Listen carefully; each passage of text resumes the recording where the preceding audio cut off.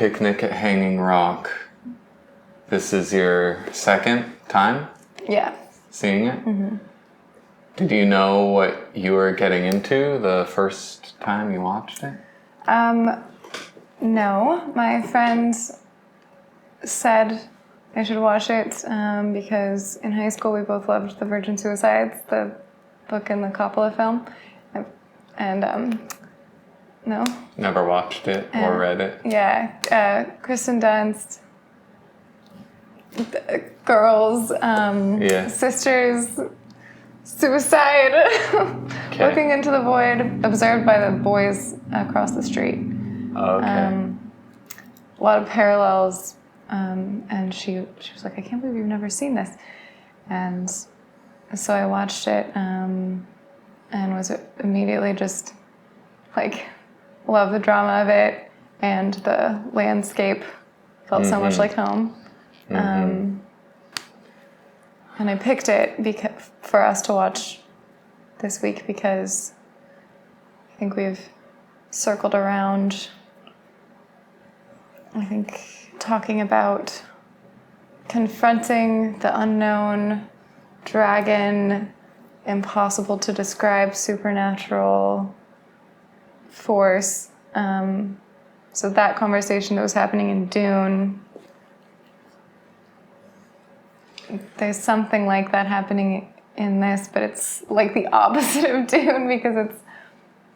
You never see the Leviathan. Right. You only see its effects. Yeah. And that's a very feminine principle or something. That's very feminine, and the film is so feminine. It's all feminine. Yes. And I think that's so I like adding that to the mosaic. Yeah.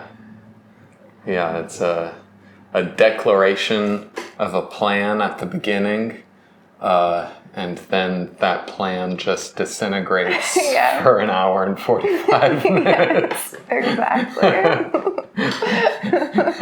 And more people cast themselves into the void. Into the yawning void. Yeah. Picnic at Hanging Rock, a summary, a geological upthrusting of magmic rock like the Lovejoy basalt black rock at Bear Hole is just a big pile of it juts up out of the Australian landscape, and these schoolgirls in like 1899 or so. 1900, I think, is what it says. All these girls of a school's college go on a picnic under the rock. 4 of them get lost in there and fall under the spell of Hanging Rock, and 2 of them and an instructor are never seen again. Yes. And that's the movie. That's the movie. And then it's much of the movie is just the reaction to this thing that happened. So like probably, the reaction rippling further and further out. Yeah. Of this inexplicable event. Yeah. Yeah. Yeah. Well, I liked it. ... Yeah, like it's hard to like. Yes, and this is why I wanted to bring it to the film desk and deconstruct it, because I feel like there's so much about it that appeals to me, and then there's so much about it that like is so feels like it could have been done better in a more satisfying way. And then I wonder if that's the theme of the entire piece. Do you carry that personal critique to the extent of wanting catharsis? Or you see a better way that the ineffable, unsolvable could have been portrayed better? I feel like they didn't pick either direction. And that's a kind of creator's cop-out. Yeah. Or it can be. Yeah, like, sometimes I think is it Irma? If she hadn't come back from the rock, that would have been better. And then other times I think, like, they're, like, Mrs. Appleyard should have gone to the rock and also just, like, it should have, like, more of the... Like, it was a really engaging story when it went from the girls to Michael and became Michael's story. Right. And then it was Michael's adventure. And then even he got wasted. Right. So maybe that momentum could have been carried forward if Mrs. Appleyard was next. Yeah. Yeah. That's pretty cool. Because she's interesting. the fucking matriarch of order. Like, right. Yeah. Fine, I will go. Yeah. And then, when she starts drinking and, like, checks out, that's when it's, like, for me, kind of becomes less interesting. Well, it is very, I don't know which era to blame it on, but it is very Victorian to just proclaim the primacy of savage nature and the inability of man to grapple with it. Yeah. And just, like, leave it lying there and call it a story. Yeah. I think, okay, so I want to respond to multiple things you said. Victorian era and savagery. So, like, let's see, I'll start with savagery. So I think something that's happening in the movie that's going unarticulated is, like, that this is a colonized place. And so there's, like, the sense that the Aboriginal people are, like it's scary for them to be out there because it's, like, not their place, and, like, there's like magic things that happen there that they don't know about. The bush. Yeah. It's not like their backyard. Right. It's not their nature. It's the Australian bush. Right. And there's fucking poisonous snakes out there. Yeah, that's what they keep talking about, poisonous snakes. Yeah. Yeah. Right. Yeah. And, like, the Michael character comments that young ladies like that wouldn't be out walking in the forest alone in England. And then he's somewhere that's more wild, and these girls are doing that, and they've, like, taken their shoes off, and they Mrs. Appleyard is really concerned about whether they've been raped, and the doctor says several times through the movie about different girls that she's quite intact, and like, their hands are cut up, but then you'll notice, like, their feet aren't actually cut at all or anything. Like, their feet are pretty perfectly clean, and so I guess I'm just interested in how savagery is working. Like it's doing something strange, but it's not savagery in the way that the Victorian people are anticipating it, and they keep expecting it to come from, like, some source or place, but it's, like, a wildness that's, like... It would put them at ease to know that it was an understandable, savage crime of evil. Right. It's worse that it's just nature as such. Right. Or the unknown as such. Yeah. And every detail that comes back to them only deepens the confusion. Yeah. Yeah. And they almost want it to have been rape. Yeah. Because then they would have an answer. Exactly. Yeah. And I think that's that relationship to the land that's, like, very unstable because an atrocity has happened there. And so it's, like, further complexifies the relationship to the history of the place.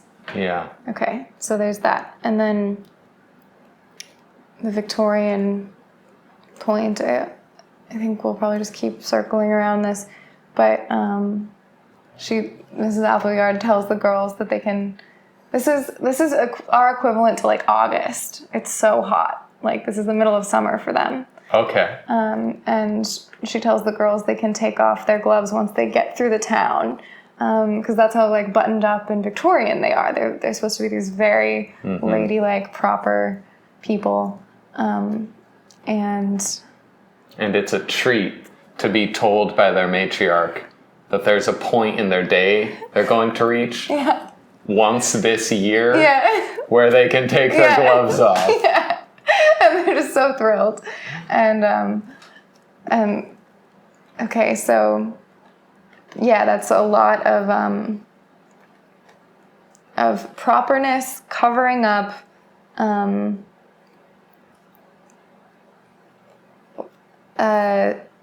real separation between interiority and exteriority.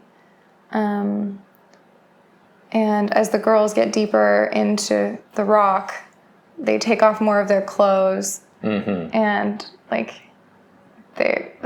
found without one of them is found without a corset. Like they become like closer to their interior gets closer to their exterior,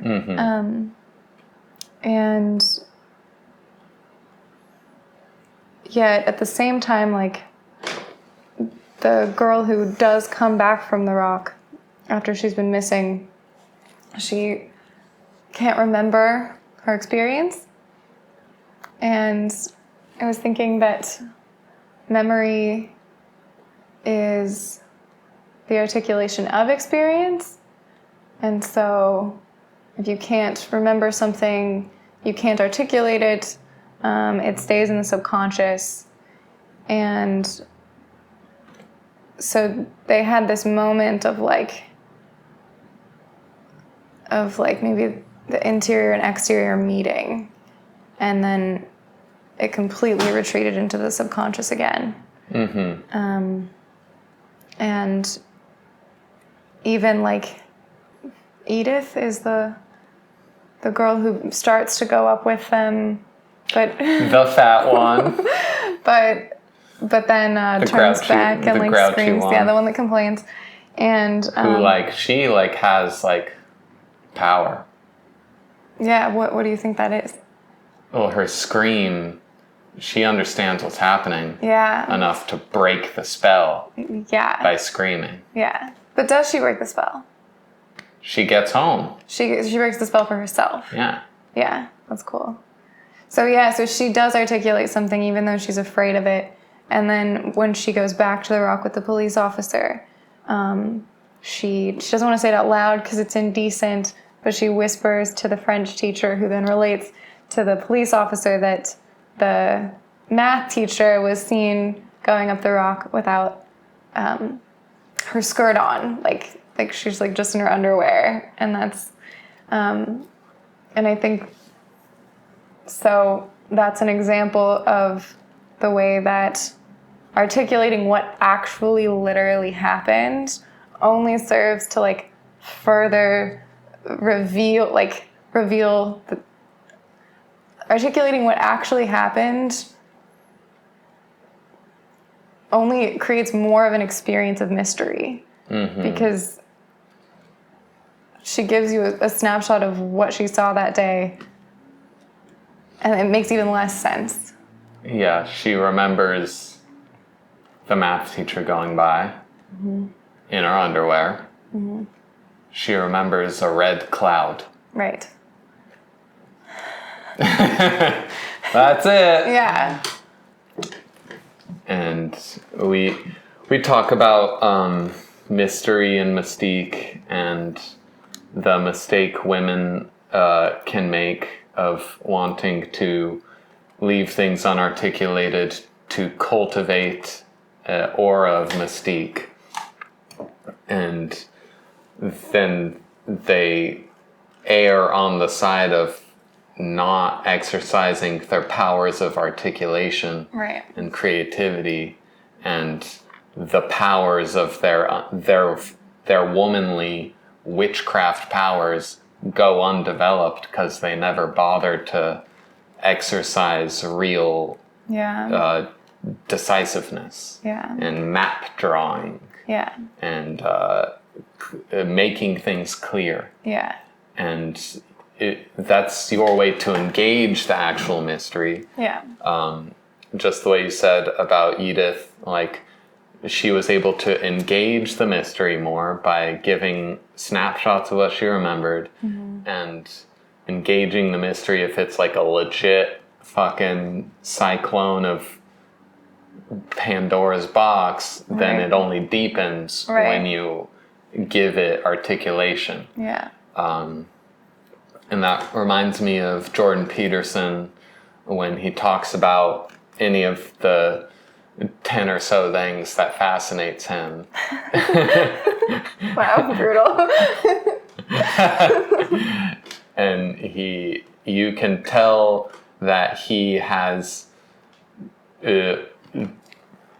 painted, things have painted themselves as mysteries to him in the Bible or in different fables of our culture. Yeah. And he's tried to exercise the left analytical mind and tease apart their source and where these stories are going and what they're for.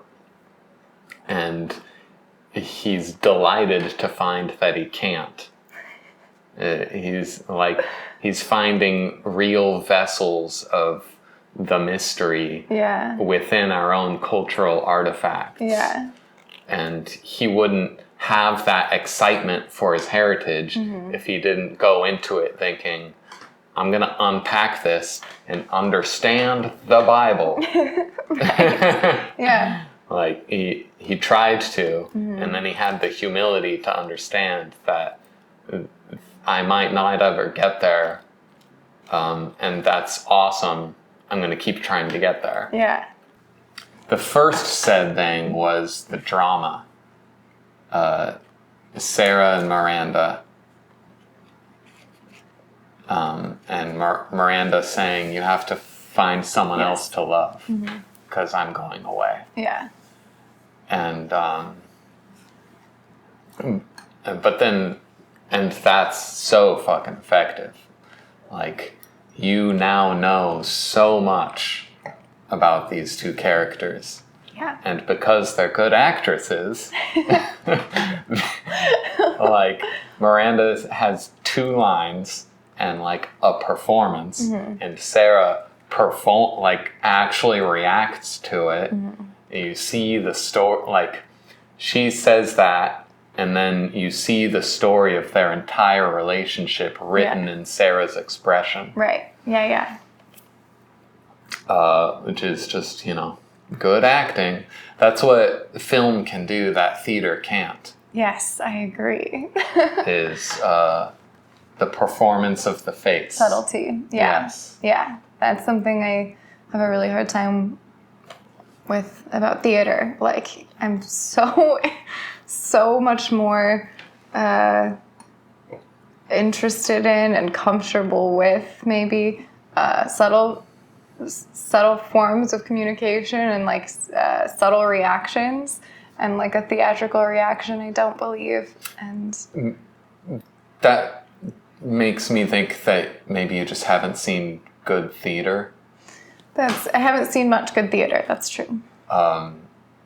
And the snail and I have talked about the power of comedy and comedic training as a prerequisite for being a good theater actor, because drama in the genre of theater doesn't require physical performance, where comedy does. Okay, yeah.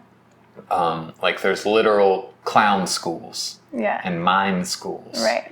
And they train you in how to perform physically and evoke with gesture, with entire body gestures. And if you have something to do with your face, it can't be subtle. Your entire face has to assume the emotion. Like, every muscle has to respond to one fucking emotion so that it can be seen from the back of the room.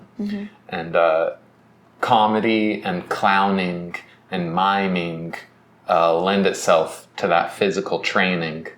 And so if you're only a student of drama, you're not going to be as good of a theater performer as someone who has training in drama and comedy. Yeah. Okay. So like the best performers I've seen in theater have been like comedic performances within a play that maybe it's comedy, maybe not, but like the character who's the comic relief is often like the most magnetic one. Yeah. Because they like they have like a dancer's control over their entire body to show an incredible depth of subtlety of emotion. Interesting. Contrasted with film, which lends itself much more to drama than to comedy. It's the subtlety of this. Yeah. And I don't need to say, but I will, that Dune. Yeah, no, say it. I think this pick is partly a reaction to Dune. And how I felt like I was watching a high school fucking performance. Yeah. I felt like it seemed like none of these people had ever like acted before. Yeah. I was like shaking my head in bewilderment. Right. At, like the most famous actors they could think of that seemed like they hadn't acted before. Yeah. We're like acting on a high school level. We're like putting on performances worthy of Kristen Stewart in her first Twilight film. Oh, yeah. Okay, so I don't know specifically about this film, but it's part of the Australian New Wave, and the Australian New Wave That's a thing. Yeah, and it happens because This must be a film within that. It is. Is Picnic at Hanging Rock part of the Australian New Wave? Yes. Okay. And the Australian New Wave happens because filmmaking almost completely dies out in Australia, and then the government puts together like a mission to like bring back film, and they start funding all these film projects, and so that just seems so antithetical to something you would like, but the product, at least in the realm of acting, worked better than what we've got going now. When people believe in government, they delegate their power of human ingenuity to waiting for the government to tell them it's okay to do it. And then that's where power comes from. Yeah. It's less ideal than a free market of people being empowered to do it themselves. Some really good albums have come out of the Canadian Fund for Music and bands being paid to exist by the government. Like, oh, you're a band. Good job. Here's some money. Wow. A couple of my favorite albums are the result of that. Wow, okay. But I mean, 99% of that is probably funded absolute shite. Yeah. And like, it doesn't matter that it's shit because they don't have to make it good. Right. Because they can just say, we're artists. Yeah. It doesn't have to be good. Right. You just don't understand it. Right. But it still, it produces results. Yeah. I branched off into acting because the first words were so well performed. Yes, okay. And these were like 18-year-olds putting on better performances than the A-list actors of America. Shame. Shame on you, Oscar Isaac. But not even Oscar or Timothée Chalamet. Really, Denis Villeneuve. He should go get fucked. Oh my God. But it goes from like waking up from out of a dream. Like it shows Miranda waking up And then the first line of the film is, what we see and what we seem is but a dream within a dream. And then she wakes up. Oh, right. Yeah. That's true. But then there's an official like itinerary of events. That all the girls are gathered out front, and the matriarch, Mrs. Appleyard, like tells them what they're about to do, and gives the terms by which they're allowed to do it. Yes. And what time they're expected back. No tomboy foolishness. Yeah. There are snakes out there. Yeah. Don't crawl up the rock. Yes. Yeah. And it's like really. Well, there's a play. It plays into our explorations of exposition and its use, and its practical application in a film, and you positing an idea for Dune of leaning into the need for exposition with even an official scene of pure exposition, just to be nothing but that. Yeah. To then like set the actors loose. Right. After that, onto the mystery. And then they don't have to keep trying to explain it along the way. Yeah. And there was that in this film, and the power of Hanging Rock and its dissolving power of chaos was made more palpable by how well the order was articulated and how firmly the order was in place at the beginning of the film. Yeah. It's such a, like, ode to the feminine, to sisters, to you said I was taking an estrogen bath. Yeah. And I just, I just fucking love that. It's just fun to watch for that reason. But girls in dresses, girls holding hands, dancing in a circle. This girl's braiding each other's hair. This girl's over here reciting a poem. Oh, she's reciting a poem, and she's reciting a poem. Giving each other little valentines. So I love it. But I think the feminine is happening. It's the Victorian period too. So they're under the rule of a queen, and that's interesting. And so then my question was what's happening to the masculine in this film? And the two male characters that observe them have really different roles. There's Michael, who's the young English kid who's really fascinated by them and is really driven to rescue them, search for them.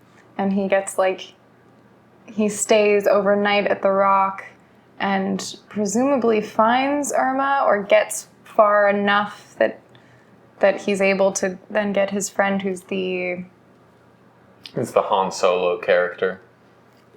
I don't know what that means, but he's a workman kind of. Well, he's the rough and rowdy, more manly, outside of culture. Yeah, and there's a part where they're just watching the girls and he says something look at the legs on that one, and Michael says don't speak that way, and he says I say things, you just think them. And so and interestingly he has a tattoo of the birth of Venus on his forearm, and Miranda is compared to that image. So he's worshipping the feminine. And she's directly made into that image in one of the scenes. Yeah, so they both, they get way more fucked up by their journey into Hanging Rock than the girls do. They're dirtier, they're more cut up. The girls kind of just climb up the rock and evaporate into ethereal spirits or something. Well, they embrace it fully, and it doesn't really hurt them, except for the fact of swallowing them whole. Yeah. If that is what happened. And the men grapple with it physically, climb that rock. Yeah. it's They're like almost throwing themselves. yeah. Yeah. It's almost like Michael is like finding the hardest ways up the rock. Yeah, right. Whereas Totally. the schoolgirls just like Kind of feel their way gently. just danced up there. Right, yeah. It's interesting. But the role of the masculine there is to watch what happens, tell stories about it after, to be haunted by it. Yeah.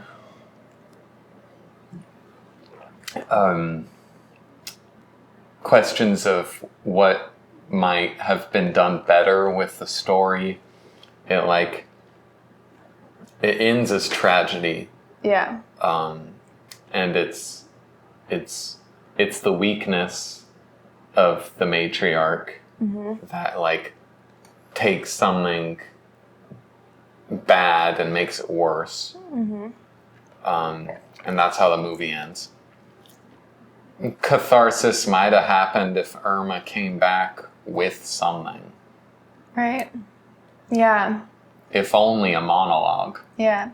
To give, like, a la Shakespeare, like a monologue to give to the audience. Yeah. Just a poem Yeah. about, isn't this weird? Yes. It is really weird. Yeah. But, spun out over a beautiful, 3 minutes of monologue. I'm thinking about the image of her confronting all the schoolgirls, and then After she returns from being disappeared. Yeah. And she can't remember anything. Right. And she finally is presented to all the girls. Yes. And she's in a red cape and a red hat, and they're all in their school uniforms. And the contrast between them is so intense. And they stare at her blankly. And then they all swarm around her and demand an answer. And they're all crying and screaming. And I'm thinking about that red cape and the fact that the cloud that Edith saw was red. And... Well, and the math teacher was all in red. Oh, that's right, yeah. And lava is red. Signs, man. And, passion and sex and stuff. Yeah. Michael's boots were red, too. Oh, that's right, yeah. It's not a big color movie, though. I feel like that could go too far. I was obviously looking for ways that the color might be meaningful, and it didn't really catch anywhere. Just mainly white was used. Sullied. Yeah. Yeah, white was narratively useful, but that was about it. And red was just the trim, I guess. It didn't really add to the narrative at all. Yeah. Except, if anything, for that moment with Irma, Right. where she's presented fully recovered from disappearing and departing from the school forever and draped out in the clothes of a woman. Yeah, oh, right. Not a girl anymore. Yeah. And she's going to join her parents in Europe. So she's going, back to a more, she's going back to, the home country.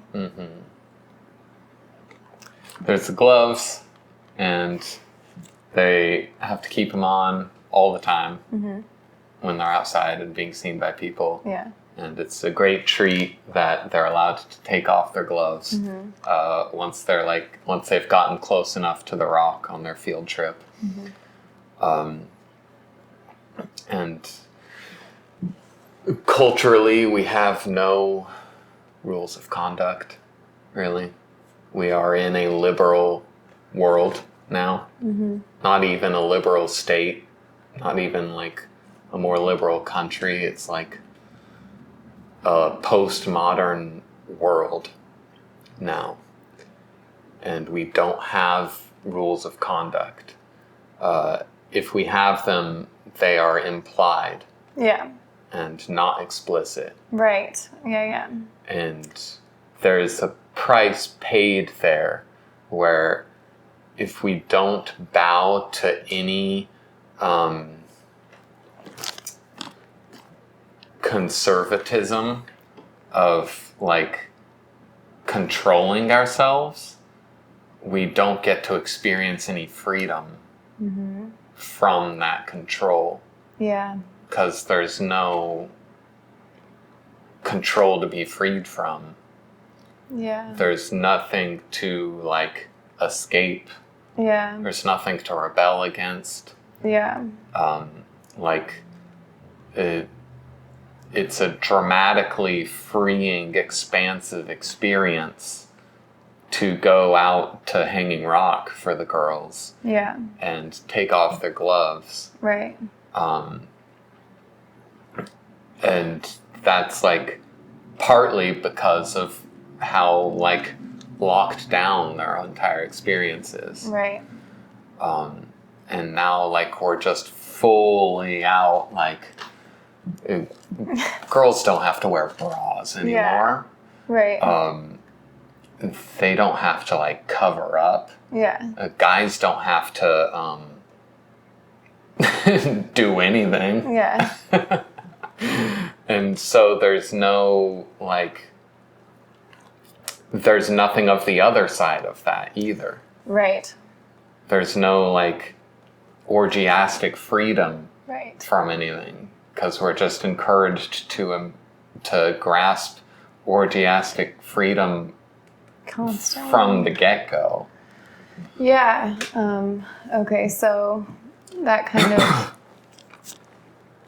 order and discipline and restraint. I was looking for the word restraint. So this is something like I love about like a Jane Austen novel. In like Portrait of a Lady on Fire. So much restraint. Like there's I think I'm just naturally very drawn to that kind of like ordering force. But that's also like in the Victorian culture, a force that keeps things unarticulated. So like you were saying, like you couldn't exist in that world. Yeah. Could not exist in that world. Right. I could only exist in this orgiastic, postmodern, nihilistic void of narrative. And like the more that I like push myself into like a more expressive, more free mode, like the more I exist. And more, so there's like a tension there. More of you is becoming actual and real. Articulated. It's just so interesting for me to think about. Well, the tension there is we have to, the onus is on us because culture is no longer providing it, to do as JP admonishes us. And, oh my God.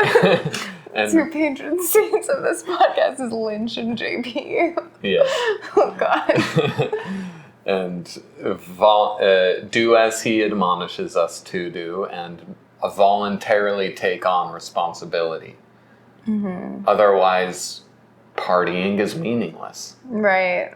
We need partying to be meaningful. And we fucking need to party. We need to party. But you have to make something like that you're celebrating. Yeah, right. There has to be something meaningful you've fucking done and bled for. Yeah. For the party to like have any meaning at all. Yeah. So the restraint now has to be made ourselves by just the restraint of saying yes to something that you're doing and committing to, Right. and saying no to everything else that is not your commitment. Yeah. And that's where the restraint comes in. Right. And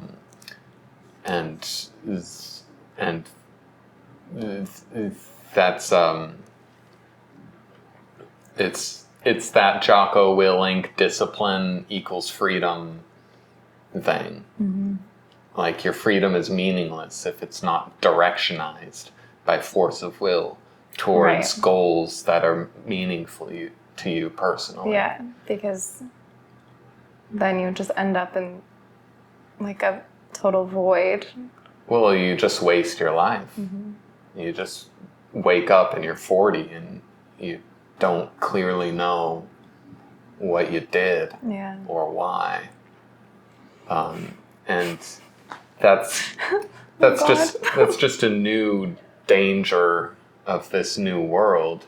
It's not like either of us would do well in the Victorian era. Right. Of experiencing restraint like forced on us. I would. I mean, I think it's not even necessarily coming from restraint, but if like when I experience worlds where things are incredibly inarticulated, I feel such like hollowness and like despair. Like, I need things to be articulated selfishly. Just like I need to be like creating meaning and hearing other people's meaning and sharing meaning. And yeah. So we have I'm going back to the Leviathan. Okay. And the serpent, and we had Dune as this abortion on the theme of the sandworm is the Leviathan or the dragon. Right. And the power of Paul is dependent on going away from his paradise home into an unforgiving wilderness that has a literal dragon hunting you if you go out into it. Right. That is the guardian of gold. And it's much more explicit there. It's I don't know, it's so explicit that people are able to make films like that Dune film we just watched and like show us the literal dragon. Yeah. Show us the protagonist facing it. Right. And still completely miss the point. Yeah. And then, so you responded with this film where we never see the dragon. Right. Yeah. It just eats people. Yes. And some of the people it spits out after. Yeah. But those people have nothing to say about what their happened. Experience, right? Yeah. Because it like remains subconscious.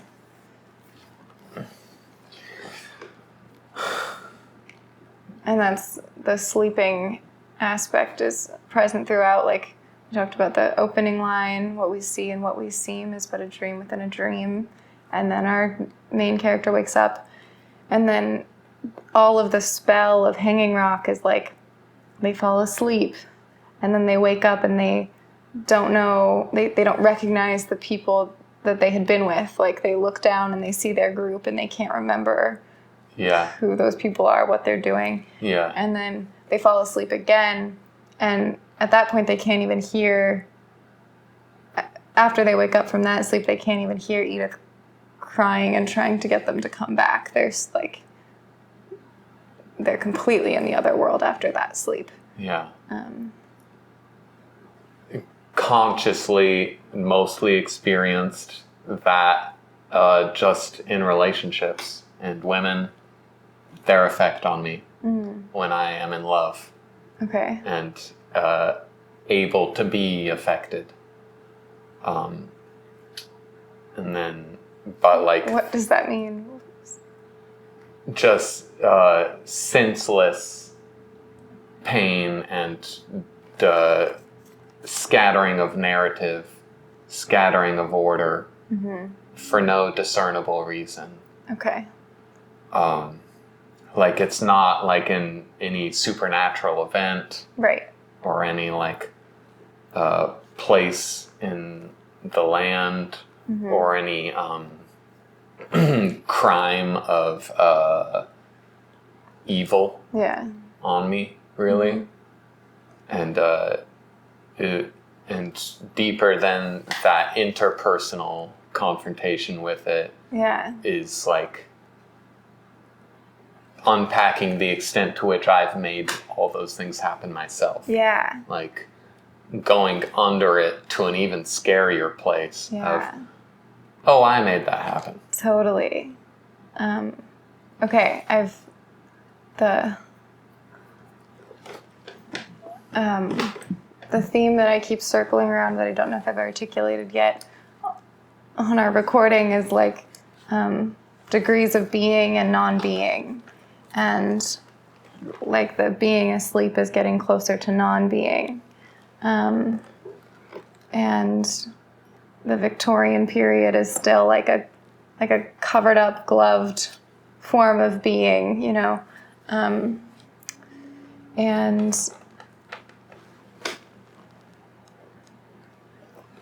I've been thinking about that experience in relationships where, like, if something,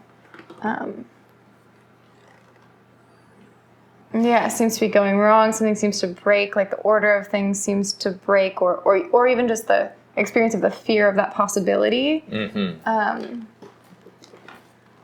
that's like I'm really reaching for being able to articulate this. The fear of that possibility even, or like the acknowledgement of that is like the possibility of the relationship not being. So just like the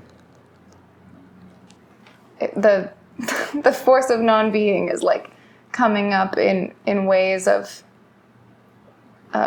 it could come up in any way, right? It could come up in like just being rude.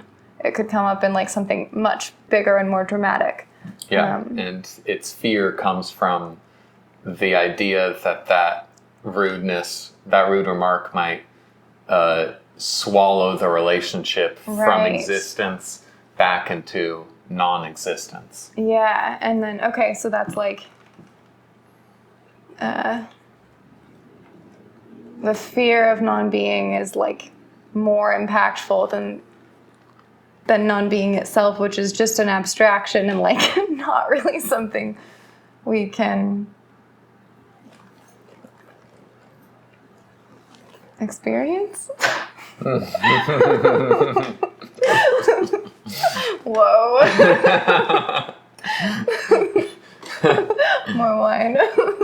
And at once she caught the barest glimpse of it and was struck speechless. Wow.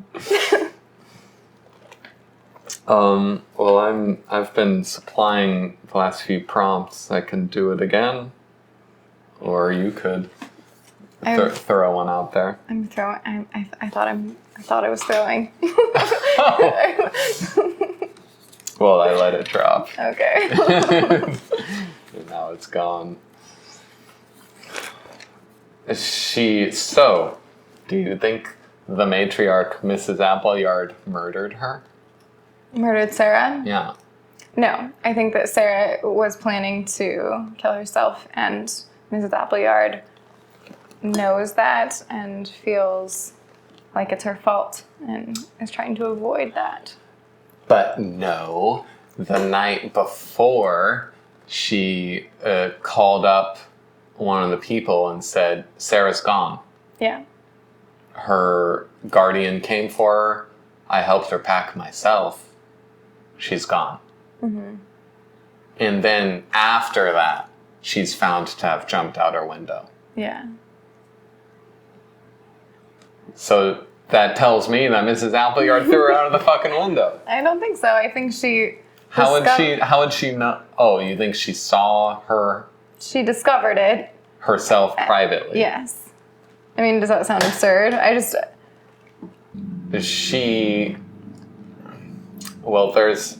We can at least say that there's a way in which Sarah's suicide and Mrs. Appleyard's blank stare of death in a like widow's outfit, completely unresponsive. Yeah. The next day, or like when the body's discovered, are the same thing. Yes. Yes. And then a voiceover comes in and tells you like, yeah, she died like a week later at Hanging Rock. Yes. Presumably, like, to go in there and find the girls. Right. I guess it's hard for me to imagine that she like literally murders her, but it's easy to imagine that she like feels responsible and kind of is responsible energetically and then suffers that and commits suicide. She's definitely responsible. Yeah. Because while everything was crashing around her, she decided to keep being brutal and merciless towards Sarah. Like that was her breakthrough moment. Yeah. To take in Sarah. Right. Like until now I've been bullying you. Yeah. Until now I've been literally not paid by your guardians for your care. Right. But now, because everything is so fucked up and my house is crashing down. Right. Like, who fucking cares? You're one of my children. Yeah. Like, I'm with you now. Right. She, like, consciously decides, I'm gonna drive the knife in deeper on this girl that I can, like, hurt. Right. So she does basically murder her. Yeah. There isn't really... It's not really tied together. This is a way in which it's a book based on a movie.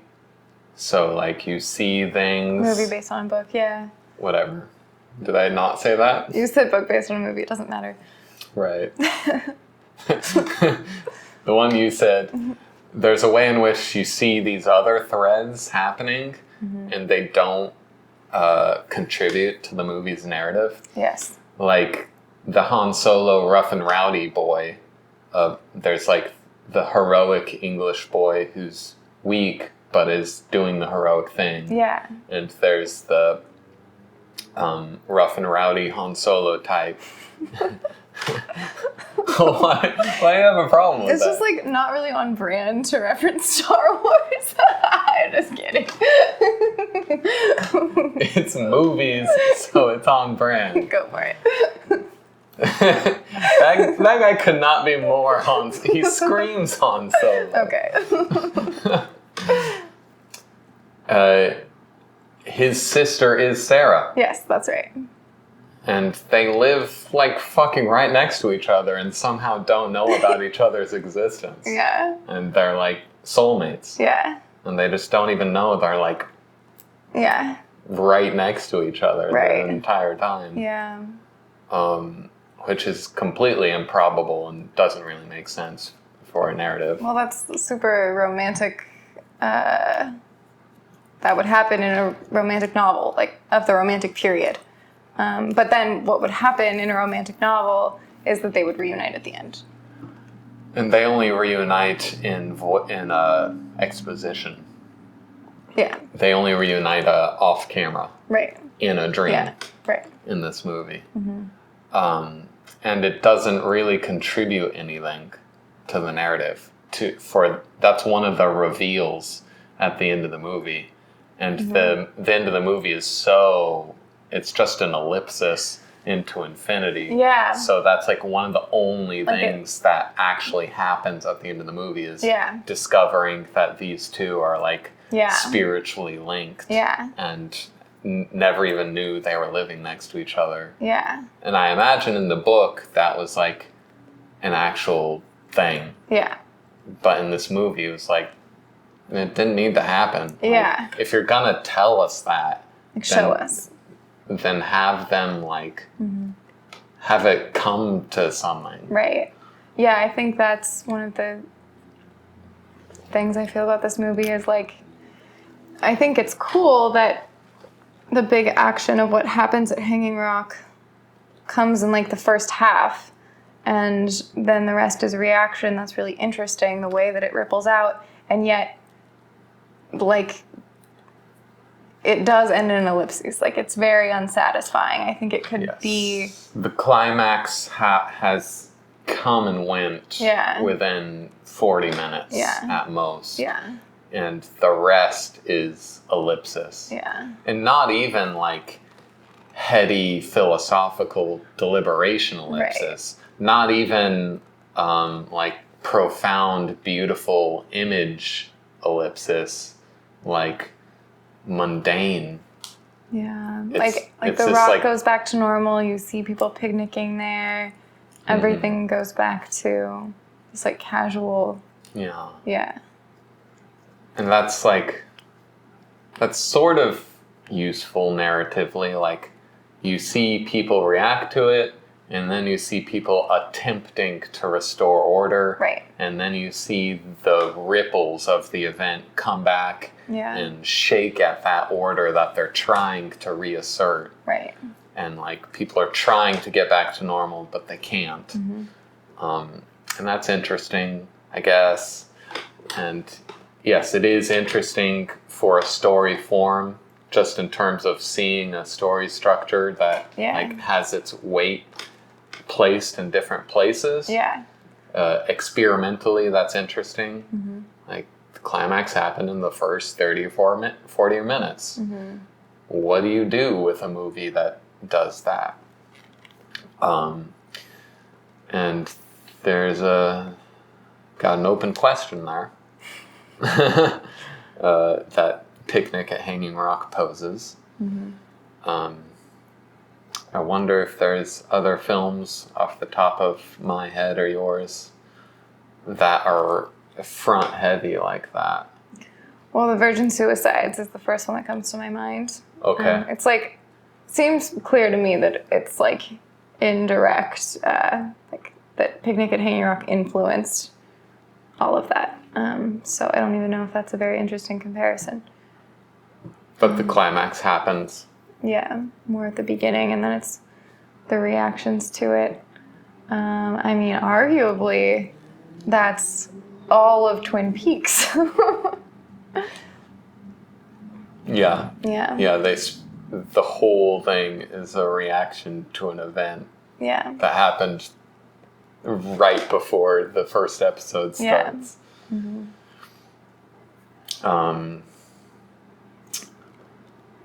Twin Peaks doesn't count though, because it's a series, not a movie. Like, that's an open exploration of a world that's potentially endless. Yeah. So the medium is too different for comparison. Yeah. I was thinking often of Fantasia while we watched this movie. Yeah. At least while we watched the first half. Yeah. That was like Fantasia. But why? Well, because it's music, and it's beautiful music, and it's openly classical music at a couple parts, and just women in the garden. Yeah. Love it. Women in the garden dancing. Yeah. Maybe that's the moral of the story is they should have brought some guards with them to the picnic. Guards? Yeah, some men. That's the moral of the story? No. I'm joking. Okay. But like, it was all women just loose in the garden. And only like one ineffectual man in attendance. You're totally right. Yeah, and that's that. There's venomous snakes there. Be careful, ladies. And then they're like, oh God, we've eaten the fruit. Yes. Yeah. Okay, that's interesting. Do you think that the fact that it's on Valentine's Day means anything? No. Yeah. They stabbed the St. Valentine cake, and it seems like that would be something, but it feels completely meaningless. And we not having read the book, we'll never know. Unless we read the book. If that actually Like a pyramid scheme. What? It's like a pyramid scheme. It's like first you have to watch the movie, then you read the book, then you keep buying into the structure of trying to make meaning of this thing that means nothing. Oh, yes. Yeah. Which is the biggest critique of anything David Lynch does. It's just a bunch of misguided cult members. That's right. Like, it means something. No, it doesn't mean anything. It's working. No, the fact that it was on Valentine's Day, there was no significance to that except for Miranda breaking Sarah's heart at the very beginning of the film. Right. Like, that's obvious to me that they were in a romance. Yeah. Yeah.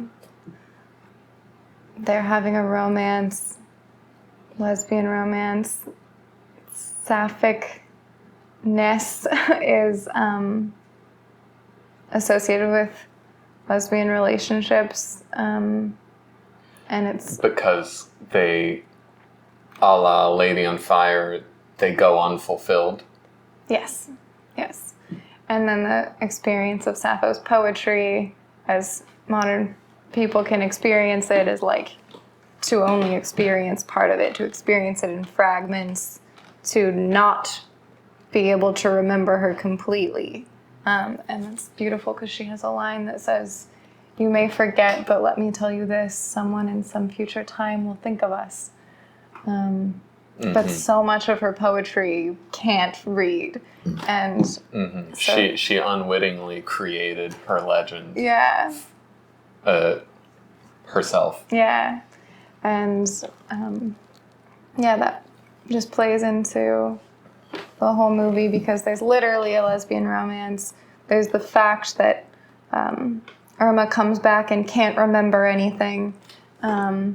There's the way that nature destroys the girls and the way that nature destroyed the papyrus scrolls. Okay, I have something. We're picking very lightly at critique and what might have been able to have been done better with the film. And so far we've ended on, well, it's just a new weight of story with the climax in a weird place. Yeah. So who the fuck knows what it should have done. Right. It's just new. Yeah. We feel vaguely unsatisfied, but that's so obviously on brand that it's hard to critique that. Yeah. I'm playing with that masculine idea of, well, it's so feminine.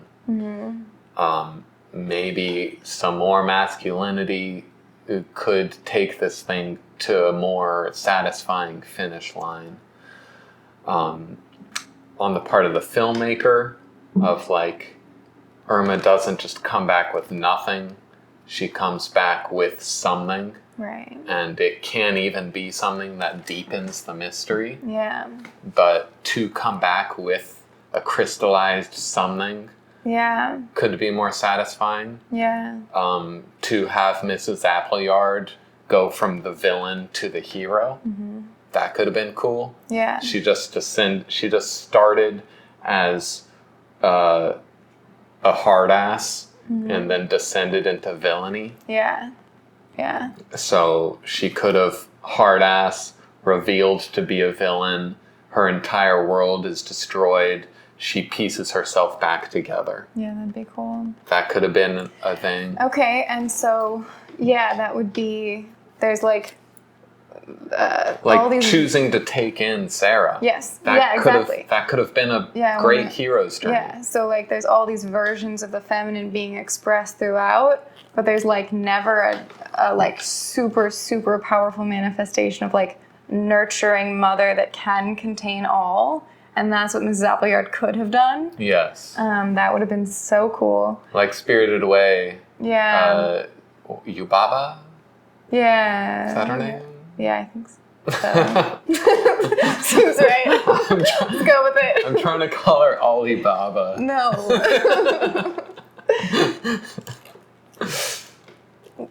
Yeah. Like, she is a villain and then, like, is melted. Her heart melts. Right. It's like, okay, I'm a compassionate mother, actually.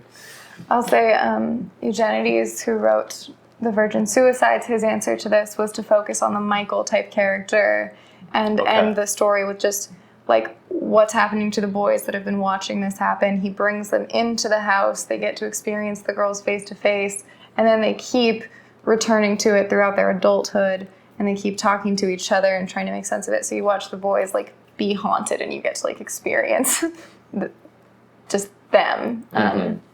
And that's kind of interesting. Yeah, so like Irma coming back to something, that was one thing. Mrs. Appleyard undergoing a hero's journey, that could be a thing. And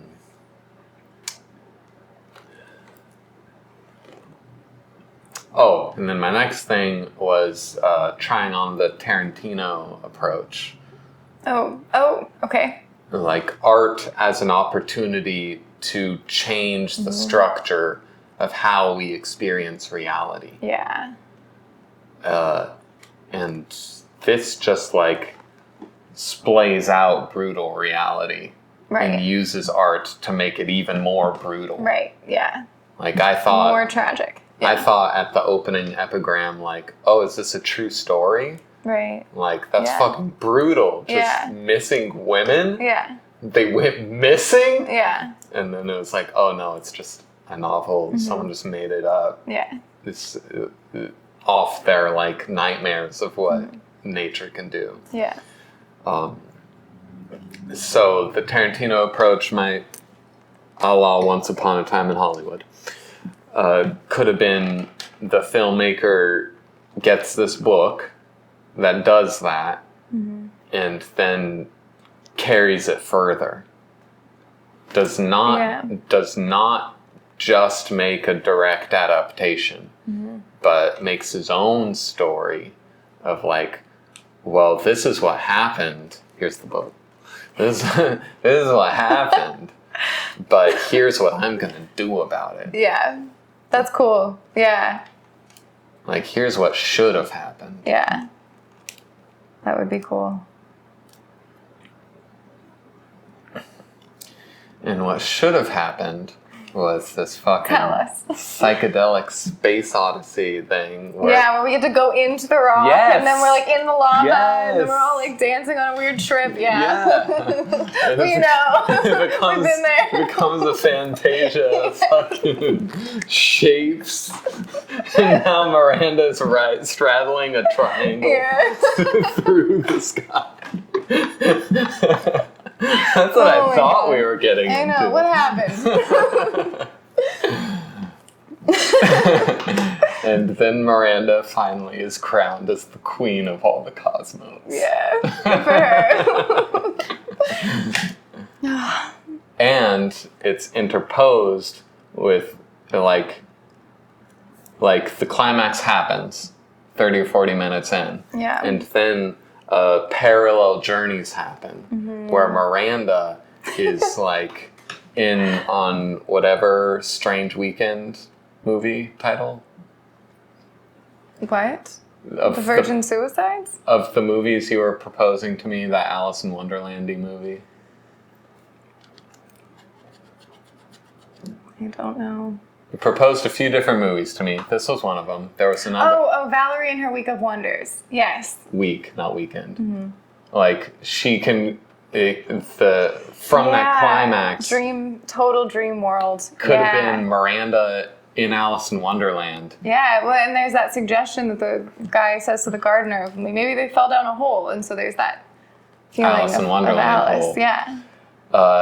And that journey could have been interposed with her journey's effects on society. And you see Sarah missing her That's a really good idea. and having to come to terms with she's gone. Yeah. She doesn't know what to do. And then Miranda's triumph as I am now Star Child. Yeah. I have created the universe. Wow, cool. It is simultaneous with Sarah's triumph of I'm friends with the matriarch now. Yeah, that's cool. And now I'm like the leader of this Yeah. school. And then it would also, Miranda's arc would parallel like Mrs. Applegate coming into like a better representation of like the mother figure. Yeah, that's cool. See, but then it's now a Miyazaki film. Oh God. And not Australian New Wave. What time do we have? 5:45. Okay, we should call it. Okay. Yeah, I'll end with like the power of this film is to like illustrate the power of the unknown. Yes. And so the danger we tread with our fantasy movie is catharsis has been reached. Yes. And so that's not the point of the film we watched. Of like, look at this overpowering thing. Yeah. But the trip we're on right now is, if it's a really overpowering thing, then applying catharsis and hero's journeys and everything And articulating it further. Could make it even bigger. Yes. Yes. And make it even more mysterious. Yes. And I guess we'll just leave that as an open question of what films do that. Yeah, maybe we'll try to answer that with our next pick. Something like that. Yeah. Cool. Okay.